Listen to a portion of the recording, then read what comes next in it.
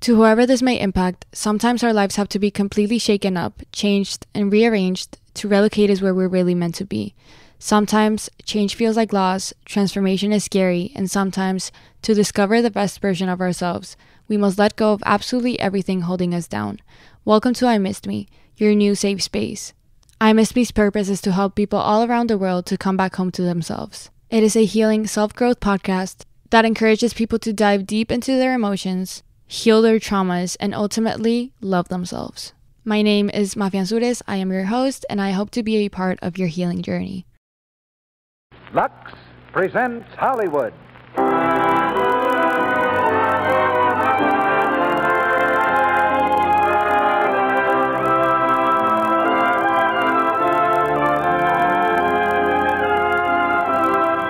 The Lux Radio Theater brings you Loretta Young, Robert Preston, and Edward Arnold in The Lady from Cheyenne. Ladies and gentlemen, your producer, Mr. Cecil B. DeMille.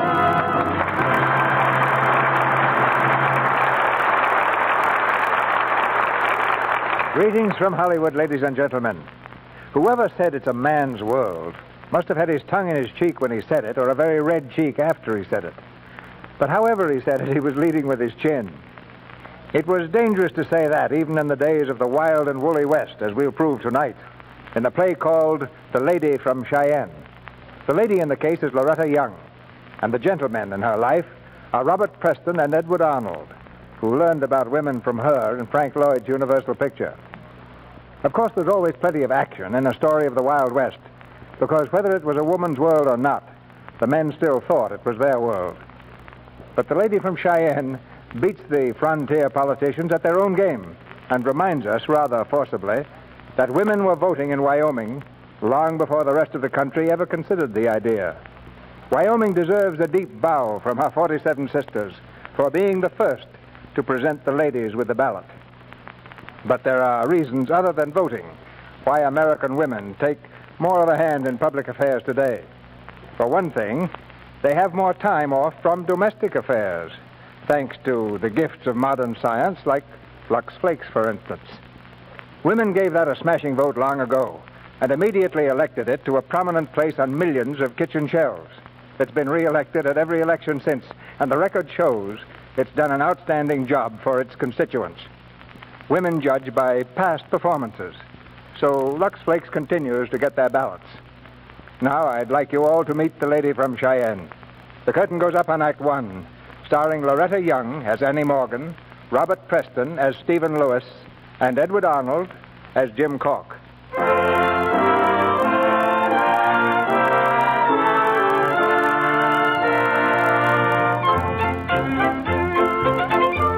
April 14th, 1869. Under the state line, a printed notice is being tacked to the rough boards of a brand new railroad station in Wyoming. It reads, "Notice. The railroad wishes to announce a public auction of lots in the proposed township of Laraville. Sale begins at 10 a.m. It's almost 10 now, and the crowd is gathering. From miles around they come, by foot, by horse, by buckboard, and by the new steel monster of the prairie, the railroad train. These are the founding fathers of Laraville. Ranchers, farmers, merchants, gamblers, and inevitably, crooked land sharks. One of these is just stepping off the train now, Mr. James Cork. As he waves his big hand to the crowd, he's greeted by a loud cheer from his henchmen. Hello, Barney. Hello, Joe. How are you, boss? Fine. You fellas ready to go? Sure. You won't have no trouble. Just settlers and speculators here. Anybody else be rode out. Good work, Barney. Say, boys, I want you to meet Steve Lewis. Steve, the boy. Howdy, gents. Now, Steve here's going to run the auction, so that we'll know everything is going to be done my way. Is that right, Steve? Yeah, that's right. Nice and legal. Yeah, that's right. Nice and legal. Now, look, boys, I want all the river lots, and Steve here is going to be taken with a sudden affliction. He won't be able to hear anybody bid unless they're standing down close. And that's where you boys ought to be, do you understand? Sure, boss. Good. Well, let's get started. And remember, $50 a lot is the top price we pay. All right, everybody, down this way. The auction's down here. Come down this way, ladies and gentlemen. My good friends, fellow pioneers, and all you elegant ladies. You've walked, you've rode, you've come by train. I know you've had a long, hard trip, but that's over with. We're going to hold this auction, and we're going to found a town. And we're going to build it up until New York and Chicago have something to shoot at. Yeah! Now, wait a minute. I know you're all anxious to get started, so I'll introduce you to Mr. Steve Lewis, my lawyer. He's going to run the auction. Ladies and gentlemen, Mr. Lewis. All right, folks, you've all had a chance to study the map, so let's make it quick. Let's start with lot number 57. What do I hear? What am I bid? I bid 50. 60. 75. I bid $50. Do I hear more? I said 75. 50 it is then. Sold to this gentleman for $50. Just a minute, mister. I bid 75. It was closed on that lot. But I bid $75. I'm sorry, I didn't hear you. You hear me all right, and it ain't legal. Now, hold on, my friend. At this minute, you're breaking the law, attempting to intimidate a legal representative of the railroad. What? By threats both implied and spoken. And according to the verdict handed down in the case of State versus Peckham, you're in grave danger of standing liable for a term of not less than 4, nor more than 6 years in prison. Prison? Who's in prison? Peckham languished there for 5 years. Well, I don't want no trouble with the law. Nice work, Steve. Yeah, nice and legal. Yeah. All right, now, lot number 72, River Lot. What am I bid for this lot? $75. $50. $50. Do I hear more? I bid 75. Sold for $50. And now for lot number 38, a beautiful garden spot on the river. What am I bid? What do I hear? $50. $50 I'm bid. Do I hear more? 1 moment, please. 1 moment. I bid $75. Say, women can't bid here. Which one was it, Steve? Here she comes. The girl in the funny hat. Excuse me, please. Let me through. I bid $75. Say, what's she supposed to be dressed up for? This is an auction, not a masquerade. Oh, now, be generous, Jim. The young lady's costume is a mere 20 years behind the time. $75. Let me through, please. Hey, lady, where did you find that hat? That fellow looks like my old rooster after he got sick. Good morning, gentlemen. I bid $75 for that lot. Now, just a minute, ma'am. Will you hold my umbrella, please? What? Thank you very much. And now I do hope you're all going to be gentlemen and not bid any more. What? Because I want that particular lot. Well, ma'am, just who are you bidding for? I'm not bidding for anybody except myself. Then what do you want the land for? Well, since you're nice enough to ask me, I'll tell you. I'm buying for speculation. I come from Philadelphia. My folks were Quakers. They're both dead, though. My mother died of heart trouble, arteriosclerosis. It's rather difficult to pronounce, but it's really a dreadful disease. My father's heart was quite good, but after my mother died, he was never quite the same. He finally came down with sugar in the blood. Did you ever have that? No, I guess you wouldn't. You look quite strong. Well, anyway, my parents left me some money, and there I was, an orphan, with nothing to do but teach school forever in Philadelphia. And then my uncle told me about this place, and so here I am. And I have all the money my parents left me right here in this bag. It's $500, except $34.60. That's what the trip cost so far. And if I have to, I'll bid all my money on that lot. So I do hope you're all going to be gentlemen and not bid any more. Say, is this real? There appear to be a number of children around here. Yes? Yes, I might even put up a schoolhouse. After all, if the town is going to be all you said, they'll probably need some learning, don't you think? I'll go on. Why, certainly no one would compete with you, miss, would they, Jim? Well, I... Sold to the young lady. What's your name, ma'am? My name is Annie Morgan. Thank you. Step over the table, make your payment, and get your deed. Oh, thank you very much. My umbrella, please. Thank you. Good day, gentlemen. Excuse me. Say, Steve, that was the best lot we had. What's this, anyway? Gallantry, Jim. Gallantry. Oh.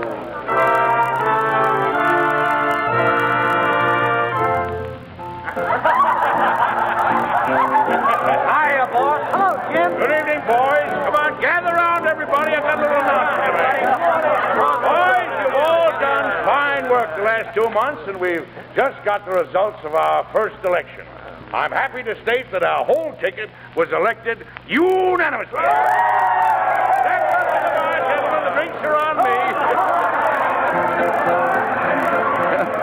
Well, Steve, it's going great. My own mayor, my own sheriff, and my own judge on the bench. And all legal, too.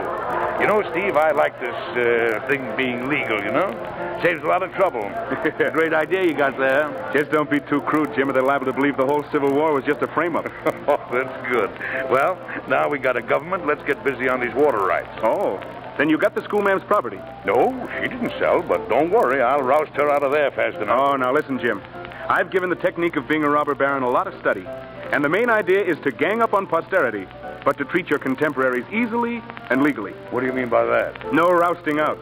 Get a bill of sale from her, then you'll have control, nice and legal. All right. You sold it to her, now you get it back. Me get it? Yeah, and make it nice and legal. No, but Jim... Now, you hear me, Steve. Get down to that schoolhouse tomorrow and talk her out of it. If anyone can do it, you're the man.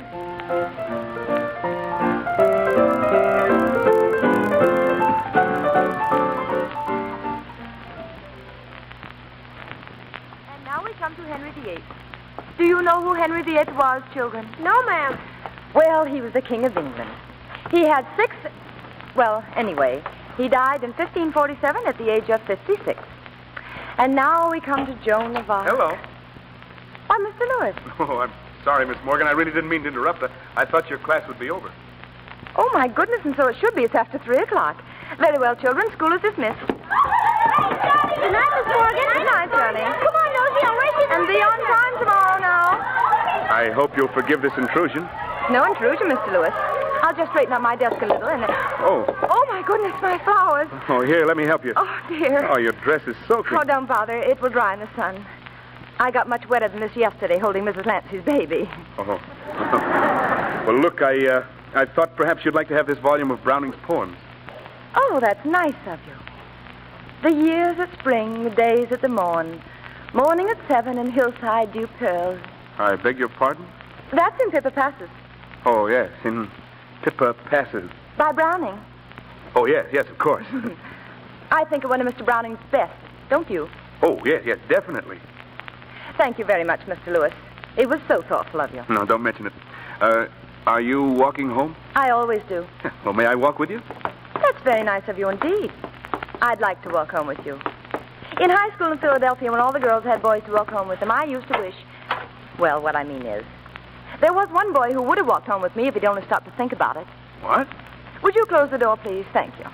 I live down this way at Mrs. McGinnis's. It's awfully nice of you. No, not at all.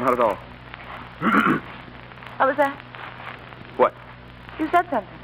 Oh, no. I thought you did. No? Rats that fought the dogs and killed the cats and ate the cheeses right out of the vat. What? Mr. Browning, the Pied Piper. Oh, yes. Mr. Browning. Yes. Annie. Oh. May I call you Annie? Well, yes, if you like. Annie, there's going to be a square dance tomorrow night. I know that. Well, are you, do you dance? Well, I haven't before. But I'm sure I could learn very quickly. Oh, I see. And I think it's very nice of you to ask me, Mr. Lewis. I don't know why you should want me to go with you, but I'm glad that you do. Square dancing and moonlight. Doesn't it sound romantic? Yes, it certainly does. And there's sure to be a moon. And if you don't mind, there's something I'd like to try out. They talk about it in all the books. But I don't want to embarrass you. Well, I'm sure you won't. What is it? Well, in all the books that I've read, just as the last waltz is being played, there's always sort of a pause. Well, it's really more of a throb-like, and... Well, it's then I'd like you to kiss me. Oh, but... Well, Oh, now, you needn't be worried that I'll take it personally. Not that I mean to be impolite or anything like that, but... Well, what I really mean is, you can feel absolutely safe with me. Oh. Well, thank you very much.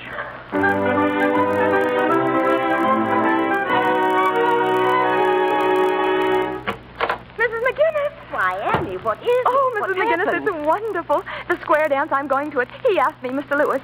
Do you know how to dance? Dance? Yes. Why, my dear, that's how I won my present husband. Oh. Practically swept him off his feet. Well, then you can teach me how. I bought 15 yards of pink muslin with the sweetest little green flower you've ever seen. Pink and green, Annie? Yes, isn't it a lovely combination? Well, I don't know. And I bought 15 yards. Is that enough? I thought I'd get a lot in case we spoiled some. And a bustle, just like the one on your black dress. Can I have a bustle, Mrs. McGinnis? Let me see. Yes, I think you could stand a bustle. Oh, Mrs. McGinnis.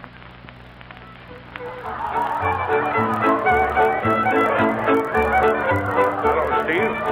How's everything going with the schoolmarm? Oh, fine. Give me a beer. She learned dancing this afternoon, and now tonight I'm clumsy. From here, you're a panic. I can't carry on a conversation. I'm dull.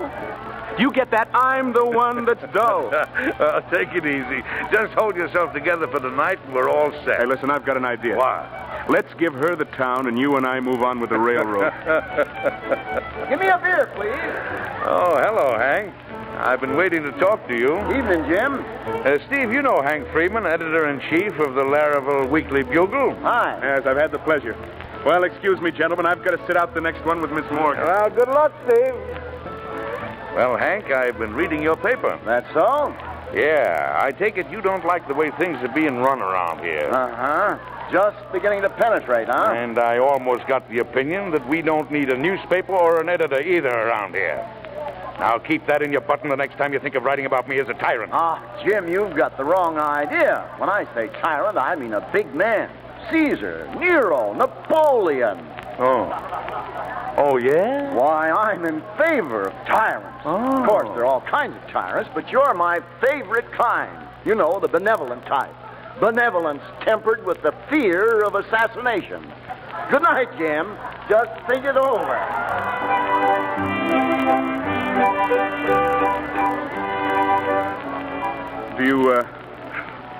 Would you rather dance? Oh, it's lovely out here. Look at all those wonderful stars. Starlight, star bright, first star I see tonight. I wish I might have the wish I wish tonight. A stove. What? A stove. I just wish for a brand new stove for my schoolhouse. Oh. They're intoxicating, aren't they? The stars, I mean, and the moon. Do you think it sticks out too far in the back, or I ought to have two of them? To what? 2 stoves for my schoolhouse. Oh, no, just one. Oh. Isn't the dance wonderful? Now look at this, Bustle. Do you think it sticks out too far? No. Miss McGinnis helped me make this dress. Do you like it? Yes, I do. Oh, thank you. Annie, Yes. you hear what they're playing? Yes. It's the last waltz. Do you remember what you asked me to do? Are you going to do it now? Yes. But, well, there's one thing I'd like to know. Oh, certainly, Stephen. Well, I'd like to know if... Well, have you ever been kissed before? No. Does that make any difference? Well, it may come as more of a surprise than you think. Oh, but I'm not taking it personally. Oh, all right. Come close to me. Like this? Yes. Oh. Well?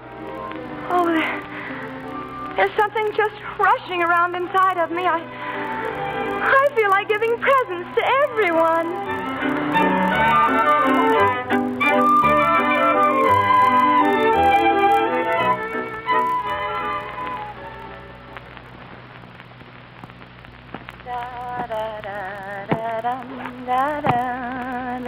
Oh, that's very good, Edward.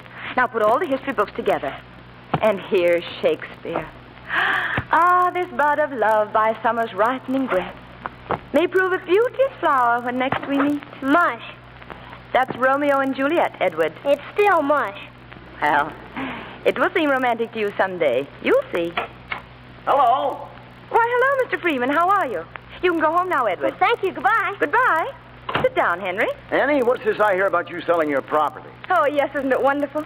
Mr. Cork has given me 3 times the value. And he's giving me another lot way up on the hill. Uh-huh. Our kind-hearted Mr. Cork. Yes. And as Stephen pointed out, after all, I did buy this land for speculation. Oh, Steve pointed it out. Yes. Annie, did you sign anything yet? Oh, no. I'm going to Mr. Cork's office this afternoon. Well, before you do, I'd like you to see this. It's a little notice that's been put up all around town since last night. To whom it may concern. Notice is hereby given that all water rights to the Laravel River are the property of James Cork Land Company. Permission to use water for irrigation or cattle must be purchased from the company. Well, what does it mean, Henry? It's a notice to the farmers. Now, if you sell your property to Jim Cork, he'll control the water of this county. The farmers won't be able to get a drop unless they pay him for it. So that's why he wanted my property. Uh-huh. And that's why Stephen came and gave me the book. And even when he kissed me, he was thinking... Oh, I'm sorry, Annie. That's all right, Henry. I guess I've been kind of childish and silly, haven't I? Well, I think I've grown up. Just in this 1 minute.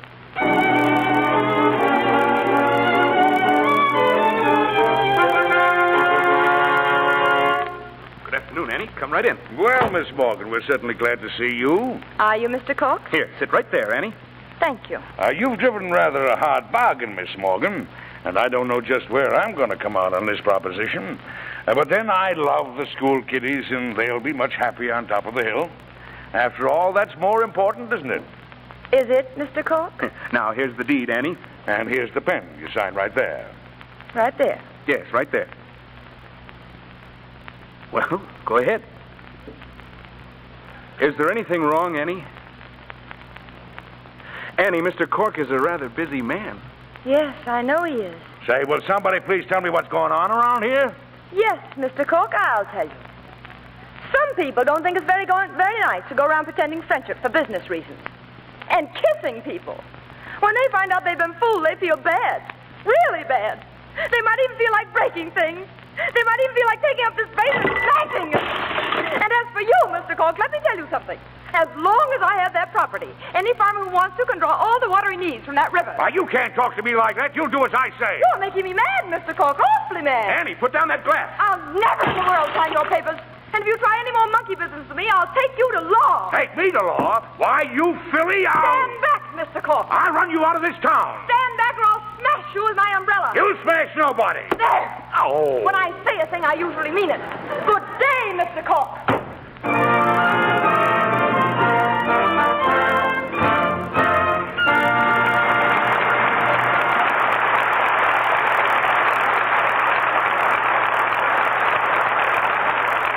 After a brief intermission, Mr. DeMille presents Act Two of The Lady from Cheyenne with Loretta Young, Robert Preston, and Edward Arnold.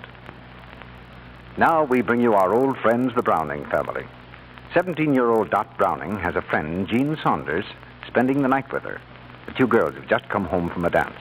Amapola, my pretty little poppy. Da-da-da-da. Oh, Jean, wasn't the party divine? So-so.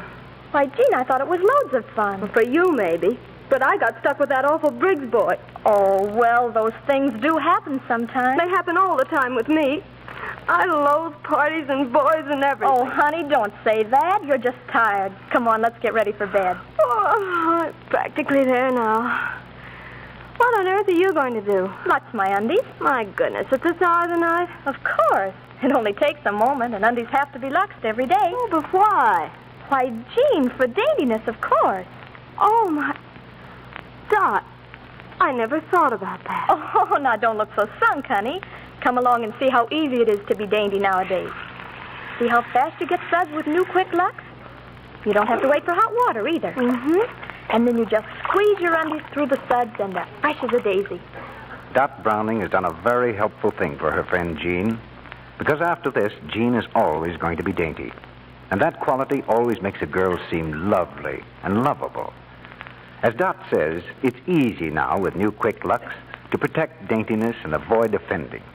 These sheer flakes dissolve in a flash and take away perspiration quickly, yet gently. Lux is thrifty, too, because a little goes so far. So keep that generous big box handy all the time. Now, our producer, Mr. DeMille. Act Two of The Lady from Cheyenne, starring Loretta Young as Annie Morgan, Robert Preston as Stephen Lewis, and Edward Arnold as Jim Cork.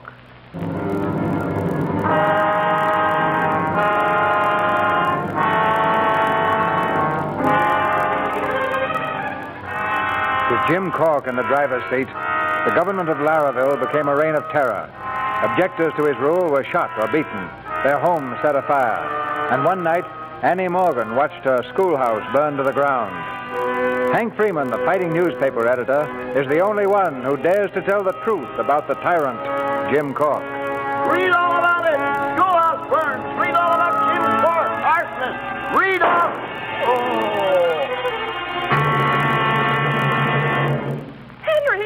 Henry, are you all right? Need some water. Oh, you poor thing. What have they done to you, Henry? Oh, it's just my arm. Oh. It'll be all right. This is the last straw. We're going to do something to stop this. We certainly are.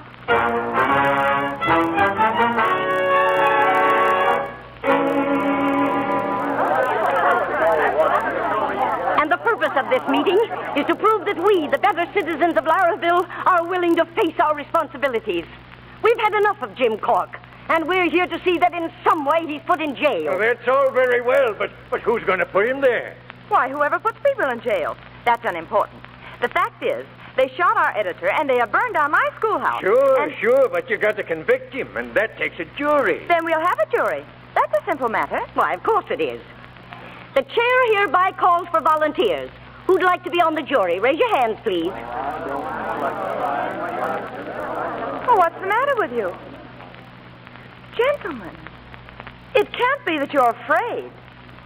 Why, there must be 12 men in this town who aren't afraid. Well, there evidently aren't. Oh, if we only had a women's jury, we'd soon fix Jim Cork. Mrs. McGinnis, that's just what we need. We'll have a women's jury. That ought to be very simple, too. None of this men's business about being open-minded and not prejudiced, as they say. We want a good prejudiced jury. Annie, look, it's Jim Cork. Come right in, boys. Come right in. Put the refreshments on the table there. Good afternoon, ladies. What is the meaning of this intrusion? Well, we heard you were going to have a meeting, so I thought you might like to have some refreshments. At the same time, I'd like to introduce Mr. Stephen Lewis, our candidate for the legislature. A fellow all your husbands are going to vote for. We want no part of you or your candidate. Ladies, restraint, if you please. We don't want to start any trouble. We want to do it by law. Mr. Cork, a jury is going to convict you, and it will be a women's jury. A women's jury? Yes. That's good, that is. Go on, tell us, Steve. Tell us what's wrong with it, will you? Well, what is wrong with it, Mr. Lewis? Well, I'm very much afraid that ladies can't possibly sit on a jury. Why not? Well, because under the law, only those who have the franchise can serve as jurors. Franchise? Yes. That means the right to vote.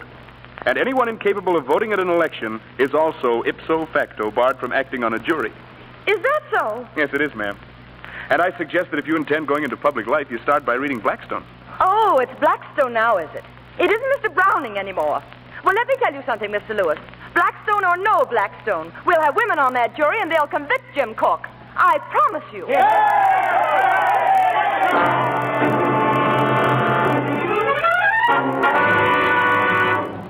In other words, Henry, he said we couldn't do it. But we can, can't we? No, Steve was right. You see, there's law, Annie. Laws that man made. And under them, a woman is just chattel. Chattel? A piece of property without any rights at all. That's a nice thing. Oh, they're laws that you live and breathe, and I guess they think you should be thankful for that much. Well, I'm not at all thankful, Henry. There's something just boiling up inside of me. I think I'm just plain mad. I'd like to hit somebody. Sure. But organizations have to be started. And before things can be changed, bills have to be passed up there in Cheyenne, in the legislature. It takes time. Listen, hear that crowd? Yeah. The election must be over. Hank! Oh, Hank! Well, John? Oh, it's all over, Hank. Steve Lewis was just elected to the legislature. Oh. That settles it. I'm going to take the next train to Cheyenne. I'll get a bill passed if that's what has to be done. Goodbye, Henry. I'll be back on Thursday.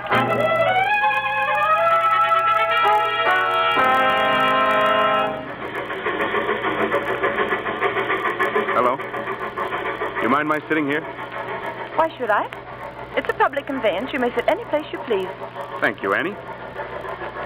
Annie, why don't you be a sweet little girl and go back to the school kids and books and friends and leave these things to people who know what they're all about? Mr. Lewis, will you please not annoy me anymore? I'm reading. "'Tis a beauteous evening, calm and free." Oh, Mr. Browning. Mr. Wordsworth. Oh. "'Tis a beauteous evening, calm and free, the holy town..." Annie, at least let me give you one piece of advice. If you insist upon going to the legislature, you should do everything you can to make a good impression. You should try to be as pretty as possible. What? And, Annie, if you don't mind my saying so, you really ought to get a new hat. Will you please let me read? No, Annie, I only And leave me alone. Just go away from me, do you hear? Go away. What's the matter here? Is he bothering you, miss? Bothering me? He is the most bothersome man who ever lived. Why, Annie? Oh, one of them, huh? Well, I'll fix him. Why, you... Hey, let me in on this. Who started it out, murder? Getting fresh, huh? Well... The gentleness of heaven broods o'er the sea. It's a beauteous evening, calm and free.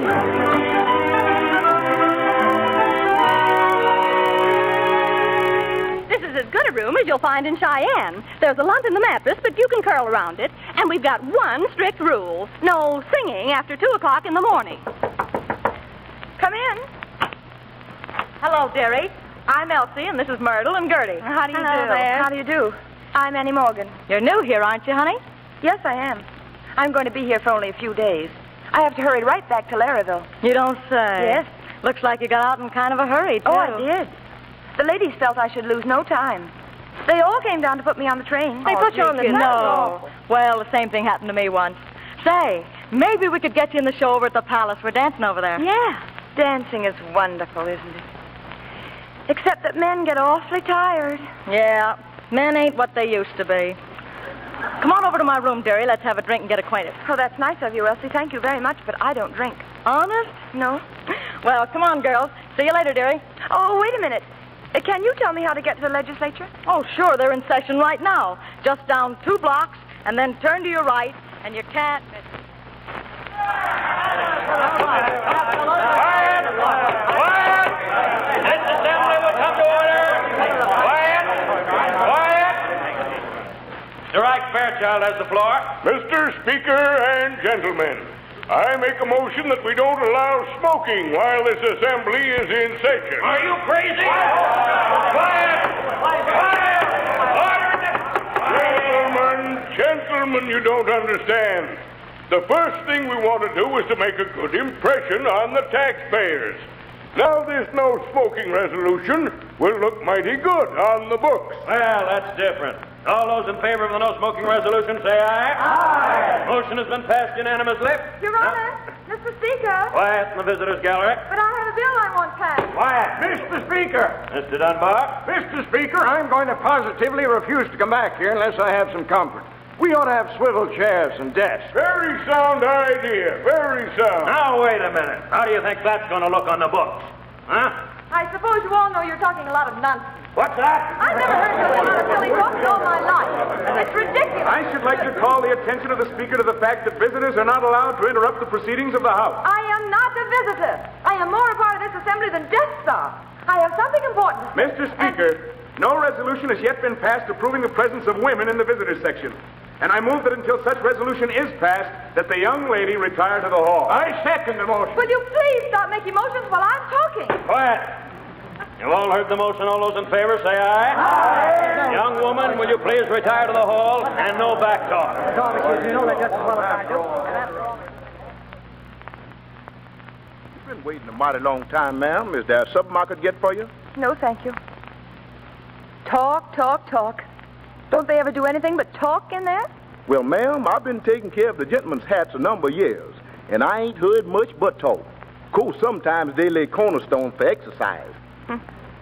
Well, I haven't any time to waste around here.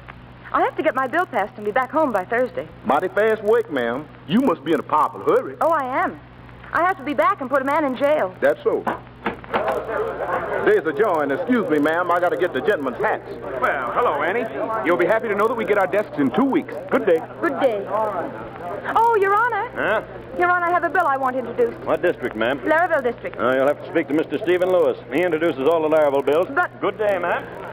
Oh, sir.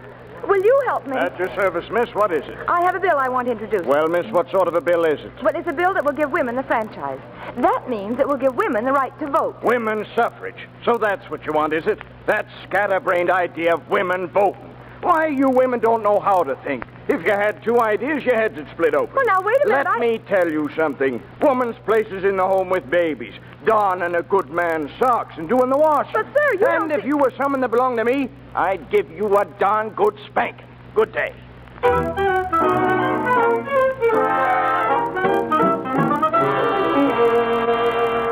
Gentlemen in the parlor to see Annie. Thank you. Oh, it's you. Annie, come in here a minute, please. I don't think I have... Please. Well, Annie, I want to be friends with you. are you going to help me? Well, I'd like to help you, but not your bill. Annie, as a friend of yours, it hurts me to see you wearing yourself out, making... Well, I'm going to have to say it, Annie. Making a ridiculous figure of yourself. Why, how dare Now, you come in here? wait. Annie, I told you on the train you're a sweet, silly child. Why, instead of worrying about other people, you should have someone to take care of you. You should be married and have a good man to look after you. Why, you aren't meant to be an old maid, Annie. There's too much woman in you, real honest woman. Yeah. And you'd be pretty, too. Darn pretty if you'd fix yourself up, do something with your hair, make it sort of fancy, and wear some attractive clothes.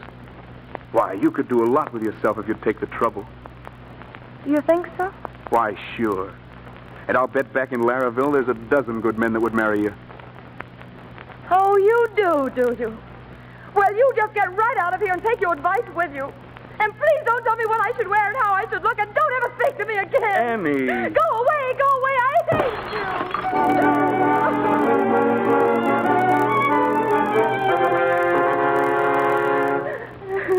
Well, dearie, I hope you didn't let him see you cry. I'm not crying. No, of course you're not. I'm just mad. I'm just real mad. You must be pretty stuck on him to get that mad. I hate him. He's done everything he could to stop me ever since I first came here. And he said I don't have to be an old maid, even though I don't wear my hair the way he likes it. He wants it fancy. I never hated anyone so much in all my life. Not even the man in Philadelphia who beat his dog. Oh, now, wait a minute, kid. Take it easy. Tell me all about it, and I may be able to patch things up. I don't want things all patched up. I want them all ripped apart. Oh, Elsie. I've just got to get that bill introduced now so as I can show him. I've got to find some way. If I just knew somebody in there. You mean someone in the legislature? Uh-huh. Well, if that's all you need, your troubles are over. Elsie, you mean you know one of them? One of them? I know them all. When do you want your bill introduced, dearie? Oh, Elsie.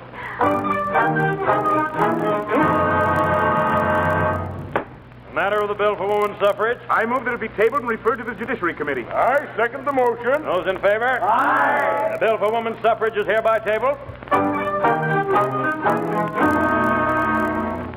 What happened, ma'am? Anything? Nothing, George, nothing.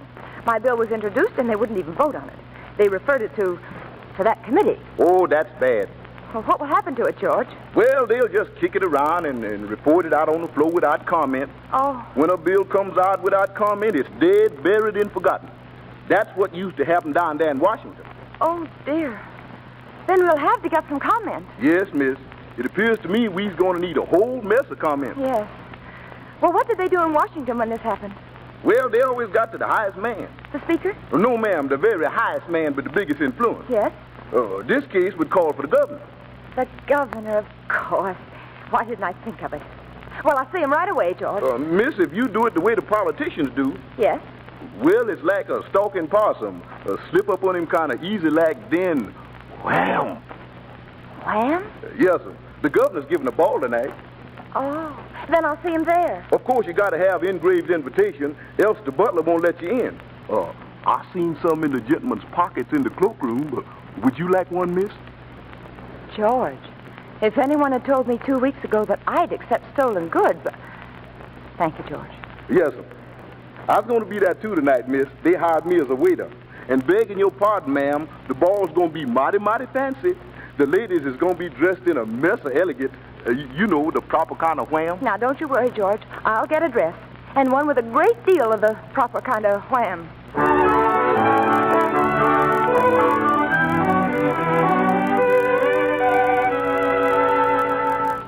Now, just stand still, Annie. Ah, it looks fine. Does it? I feel sort of naked. Hey, what's she doing in my dress? Get out of that. Keep quiet, Gertie. She needs it. What for? Is she joining the show? No, I'm not, Gertrude. I'm going to the governor's ball. The what? Uh-huh. And I needed a dress. It's very important. Oh, well, why? Annie's doing a job for all of us. She's going to get us votes. Votes? For what? Votes for whatever we want to vote for. Annie says we're all chattels. Well, of all the nerve. What's that? Slaves of men.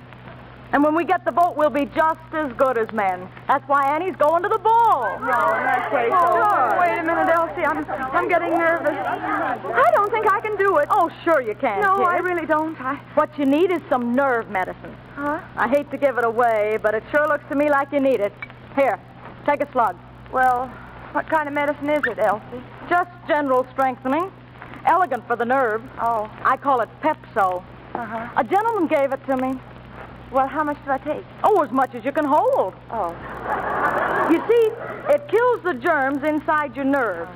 Now, down with it, dearie.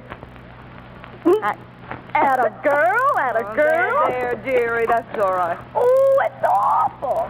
I know it is. That's because it's good medicine. Oh. Here, drink some more. Oh, I can't. It burns too much. Well, that's part of the treatment. You know, I stand a lot of it burning just so I can keep my health. Annie? There's Annie Morgan. Did you see her? Meet the new addition. Well, fuzzle my bustle, dearie. I'd never know you. You don't look like the same girl. Oh. Here, look what's come for you. A telegram. Telegram for me? Oh, I'm shaking. Here, let me do it. Clark shot dead this morning. Oh, I knew it was something horrible. Clark taking water from your land. Only place he could get it. Killed by Cork's men. We have the evidence if you have the vote. Hank Freeman. John Clark shot dead. Friend of yours, honey? Shot. Just for taking water for his children, maybe. Oh, that wicked man. That awful Jim Cork. Now I've got to go to that ball, Elsie. I've just got to. That's all there is to it. You want some of this medicine? Elsie? I think I do. Bottoms up, dearie. Now take it easy. That's the way that's a girl. Annie, are you all right? Are you all right, Annie? Bring on the governor. Atta girl, Annie.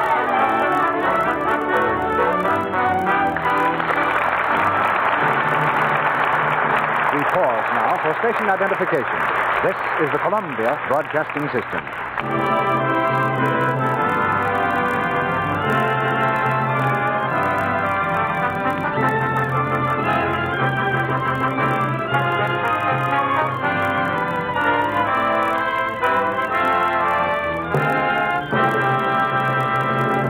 Mr. DeMille and our stars Loretta Young, Robert Preston, and Edward Arnold will return in just a moment for Act 3 of The Lady from Cheyenne.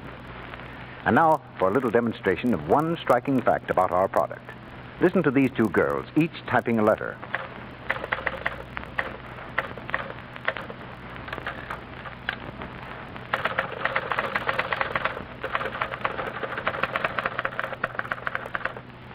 You have just heard the difference between two girl typists. One very slow, the other 3 times as fast. Now, if you were a business manager and these two girls applied for a job, which would you pick? What do you say, Sally? The fast one, of course. She'd have a day's work finished while the first one was just getting started. And if you were a busy home manager with a lot of soaps at your grocers applying to you for jobs, which would you choose? A slow one or one that was 3 times as fast? Why, the fast one, of course. And that's why New Quick Lux wins out. Because it's so much faster.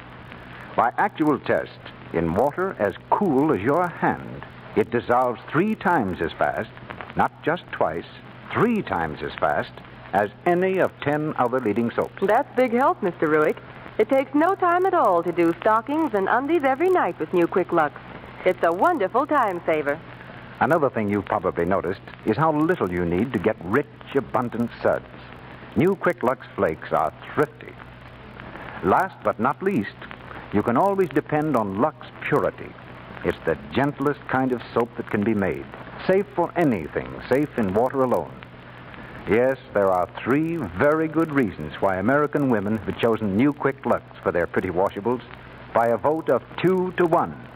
Why twice as many women use it for their nice things as use any other flakes, chips, or beads. It's fast, it's thrifty, it's safe. Don't forget to keep that generous big box handy all the time. New Quick Lux comes in the same familiar package at no extra cost. Now, Mr. DeMille returns to the microphone. The curtain rises on the 3rd act of The Lady from Cheyenne.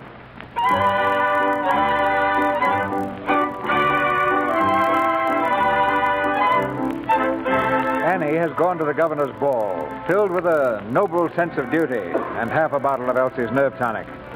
In her new clothes, beautiful and radiant, she dances with her unsuspecting victim, the governor himself.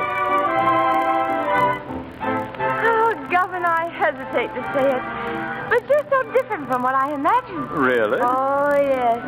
Your beard. Your beard is beautiful. You must have brushed it a great deal, Governor. Well, yes, but And you're not old at all. Why, thank you, my dear. It's warm in here, isn't it? Governor, could we go someplace where it's cool? Why, yes. Would you like to step out on the terrace? Oh, thank you.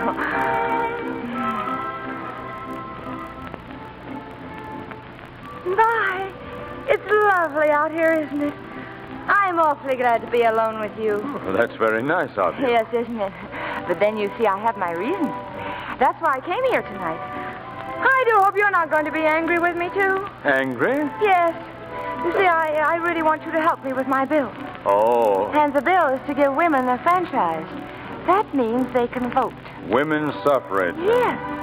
Now, just pretend for a minute that you're Mr. Lincoln and you're freeing the slaves.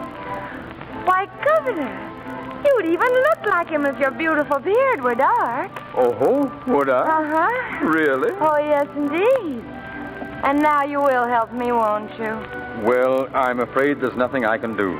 Oh. You'll have to do some lobbying. Lobbying? Oh, yes, yes. Well, my dear, I'm afraid I'll have to join my other guests. Oh. Shall we go inside? Well, thank you, Governor, but if you don't mind, I think I'll just stay right out here and think over all you've said. Why, of course, of course. May I have another dance later? Oh, yes, indeed. Thank you. Evening, ma'am. Oh, hello, George. You's doing fine, No, Miss I'm Missy. not. I'm not getting anywhere. He told me to go in that lobby again, and oh, George, I've sat in that lobby so much. No, ma'am. He means to lobby. That's the way they get everything did in Washington. Oh, how do they do it? Well, it's this way. Uh-huh. Lobbying is making use of the fact that the Republicans hates the Democrats, and the Democrats hates the Republicans. Uh-huh. So they's already suspicious of each other. You just got to help them along. Help him along? Yes, sir. Now, Mr. Fairchild, he's the leader of the Republicans, and Mr. Dunbar, he's the Democrat boss. Oh. You ought to see both of them. Thank you, George. I will. Miss Morgan, ma'am, you're very, very flattering. Oh, not at all, Mr. Fairchild. Oh, Mr. Fairchild, the governor told me the funniest story about the Democrats. That's so, ma'am? You are a Republican, aren't you? Born and bred, ma'am. Well, the governor said that all the Republicans are so smart, they're much smarter than the Democrats. Is that so, ma'am? Oh, yes. He said that the Republicans are all going to vote for the bill tomorrow. Eh? Uh-huh. Well, what bill is that? The woman's suffrage bill. Well, I didn't think anyone wanted that bill to go through. Oh, of course they don't. They'll turn it down. But it will look so good on the record for the Republicans to vote for it. You see, they'll get the credit for being liberal, and they still won't lose anything because they'll be letting the Democrats vote it down.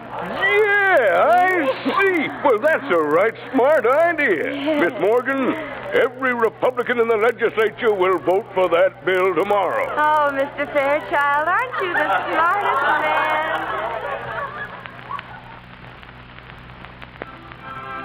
Mr. Dunbar, I just love your beard. Do you brush it often? Why, yes, Miss Morgan, but... Oh, it's lovely. You know, Mr. Dunbar, I have so much respect for the Democrats. And you are a Democrat, aren't you? A fighting one, ma'am? I knew you would be. And I wanted to tell you how right you were to scold me for that suffrage bill. Oh, no, ma'am. Oh, yes, indeed. The governor himself convinced me how ridiculous it was. But he hopes the Democrats will vote for it. Vote for it? Oh, yes. Don't you see? Don't you see? Well, He's going to make the Republicans vote against it. Well, I see, ma'am. I knew you would. Of course. Let the Republicans vote against it. Yes. I'll have every Democrat in the legislature vote for it. Oh, Mr. Dunbar, you're the smartest man. Of course, you know, Miss Morgan, you're making quite a spectacle of yourself. All the other gentlemen seem to like it, Mr. Lewis. You're quite the belle of the ball. So I've been told all evening. I want to talk to you. Come along. Where? Out here, out on the terrace. Oh, I don't know, Mr. Lewis. I went for a walk with you at one dance, and...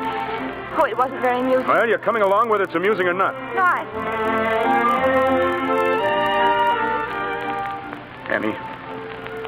Annie, something's gone wrong with me, and you're to blame for it. I? Yes, you. Until you came along and bought that lot, I was a peaceful, contented man who knew what he wanted and was out to get it the quickest way he knew how. But eating my dinner lately, I've begun to see your face on the plate. Well, tonight you've taken possession of the entire room and of me. Annie, I could throttle you with my bare hands. Something's really got to be done about you, Annie. Kiss me. No, I don't think the second time will be as surprising as the first. No, but I mean it this time. Oh, you're lovely, Annie. You're beautiful. Annie, kiss me. Oh, Stephen. Remember that first time? Yes. You said you wanted to give presents? Yes. I feel like that now. I'd like to send presents to everyone in Laravel. Laravel. Oh, I almost forgot. You're still one of Jim Cork's men. Yes, but Annie... I got a present from Laravel tonight, Steve. And it isn't very nice. Here, read it. It ought to make you very proud. Go on, read it. Clark. Yes, he's dead. Your friend Jim Cork saw to that. Annie, I've got to leave. Must you? Yes, I'm going down to Laravel tonight. Well, I'm sorry you won't be here tomorrow, Mr. Lewis. My bill is coming up again. Annie, don't hurt yourself. Woman suffrage hasn't got a chance. Really? Now forget it, Annie, please. All right, all right. I guess you ought to know. You're such a smart man, Mr. Lewis.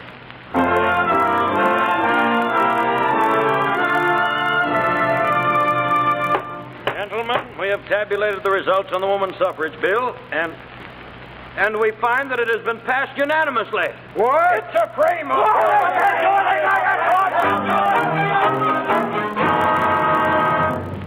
Hello, Steve. When did you get in?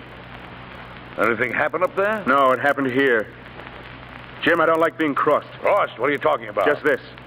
There wasn't going to be any rough stuff. We had that out once. And from my side, I meant it. And then I hear about Clark being shot. Oh, that? Yes, that. I was willing to go along if you played smart and let me call the moves. But when you lose your head and start plugging farmers in the back, I'm through. Now, look here, Now I'm all Steve. washed up. I resigned up at the legislature and I'm moving on. Just came back to tell you. Now, wait a minute, Steve. Let me explain this thing for you. Passed! Did you hear that, you mongrels? It's passed! Oh, get out of here. Hello, Mr. Tyre. Mr. Assemblyman, have you heard the news? It's passed! What's passed? Annie, put it over on you, my fine feathered friends. Women's suffrage is passed. You get that? The women have the vote. Why, they can't do that. Do you know anything about this, Steve? I know, so help me. Well, how did it happen? Well, that's what I'd like to know. Here's her telegram. Glad you have evidence against Mr. Clark because women's suffrage passed unanimously. Will arrive on tomorrow's train. Annie. Why, the little... I'll show her. I'm still running this town. I'm going to run it my way. Now, wait, Jim. You're telling me you're through. You bet your sweet life you're through, and you'd better get out of here while you're still able. So they're going to try and get me, eh? All right, I'll show them. I'll run that schoolma'am out of this town so fast, she thinks she was shot out of a 45. And all the rest of them that want votes for women. Fight, Noisy, Sam, Barney, come on. We've got work to do.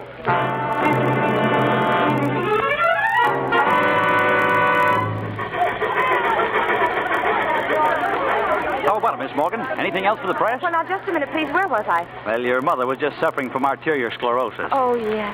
That's really a dreadful disease. Yes, ma'am, but could we skip just a few years? When did you become interested in politics? Oh, but I'm not interested in politics. I think they're silly. All this business about the Democrats hating the Republicans and vice versa is such nonsense. What I'm really interested in is putting Mr. Jim Cork in jail. Conductor! What's the matter there? It's a holdup! It's a holdup! All right, boys, keep them covered. Everybody sit down. Sit down, do you hear? Why, for mercy's sake, it's Barney Burkett. You put that gun away, Mr. Burkett, or I'll put you in jail, too. Well, if it ain't Annie. Going back to town with your votes for women, huh? Well, sister, that's one thing you ain't going to do. You're coming with me. I most certainly am not. Oh, yes, you are. As sheriff, I'm going to take care of you. They call it protective custody. Now, come on. Stop it, Mr. Burkett. Leave me alone. Come on. Leave me alone. Let him have it. Who is that? Who is it, Noisy? Steve Lewis, he's got 10 men out there that come out of the train.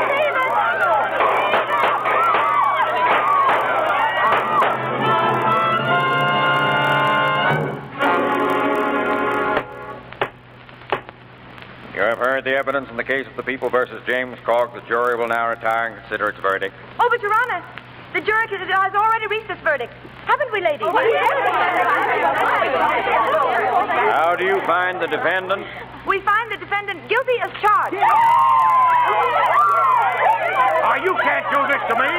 A woman's jury ain't legal. It can't be, that's all. It can't be.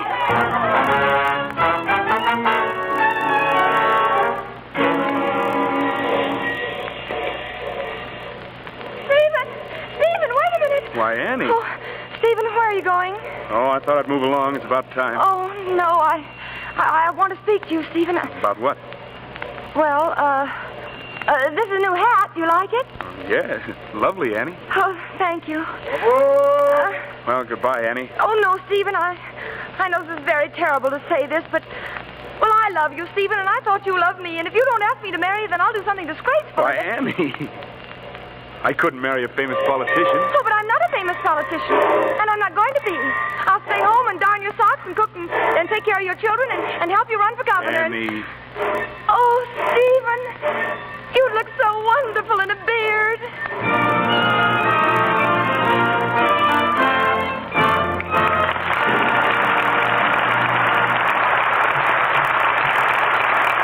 Our stars, Loretta Young, Robert Preston, and Edward Arnold, will return for their curtain calls in just a minute.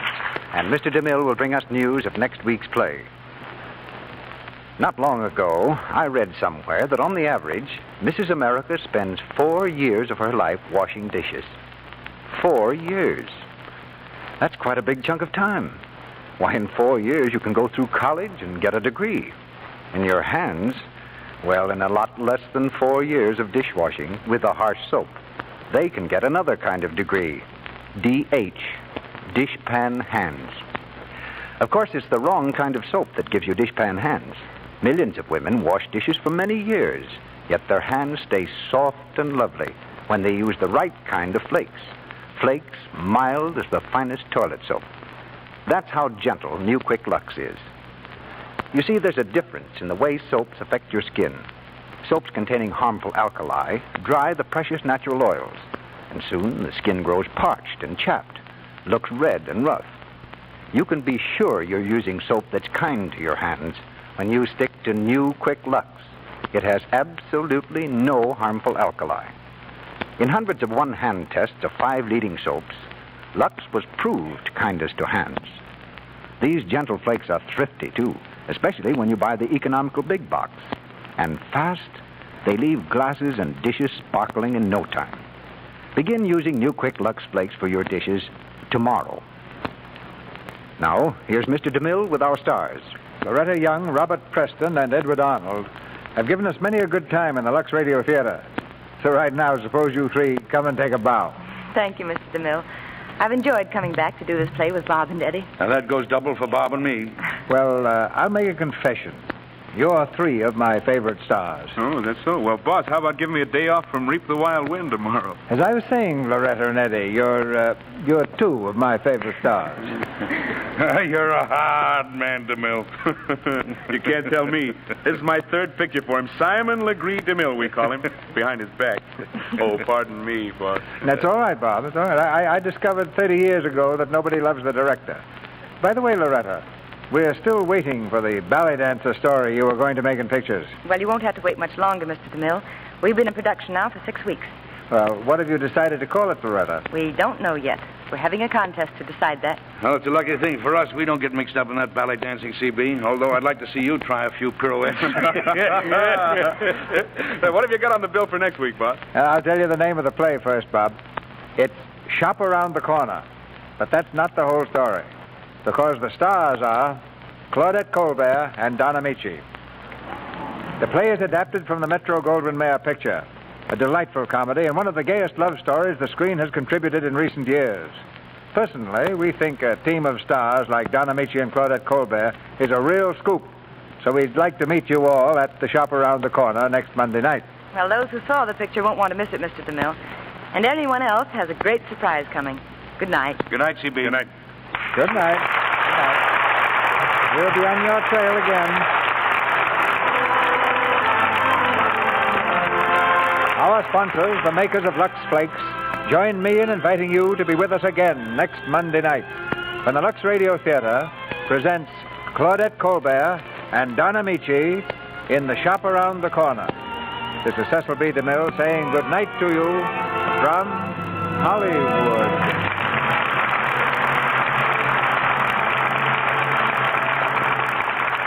Loretta Young will soon be seen in a Gregory Ratoff production to be released by Columbia Pictures. Edward Arnold appeared tonight through the courtesy of Metro-Goldwyn-Mayer. His forthcoming picture is Paramount's Nothing But the Truth with Bob Hope. Robert Preston will soon be seen in the Paramount picture The Night of January 16th. Our play was adapted from the picture The Lady from Cheyenne, based on the story The First Woman Voter, written by Jonathan Finn and Teresa Oakes. Included in tonight's play were Forrest Taylor as Hank Freeman, Jane Morgan as Mrs. McGinnis, Vivian Janis as Elsie, Lou Merrill as Billy, Ferdinand Munier as Ike Fairchild, Warren Ash as Barney, Buck Woods as George, Stanley Farrar as Dunbar, and Bruce Payne, Gail Gordon, Dix Davis, Gloria Blondell, Celeste Rush, Tyler McVeigh, Dick Ryan, and Barbara Jean Wong. Our music is directed by Louis Silvers, and your announcer has been Melville Ruick. This is the Columbia Broadcasting System.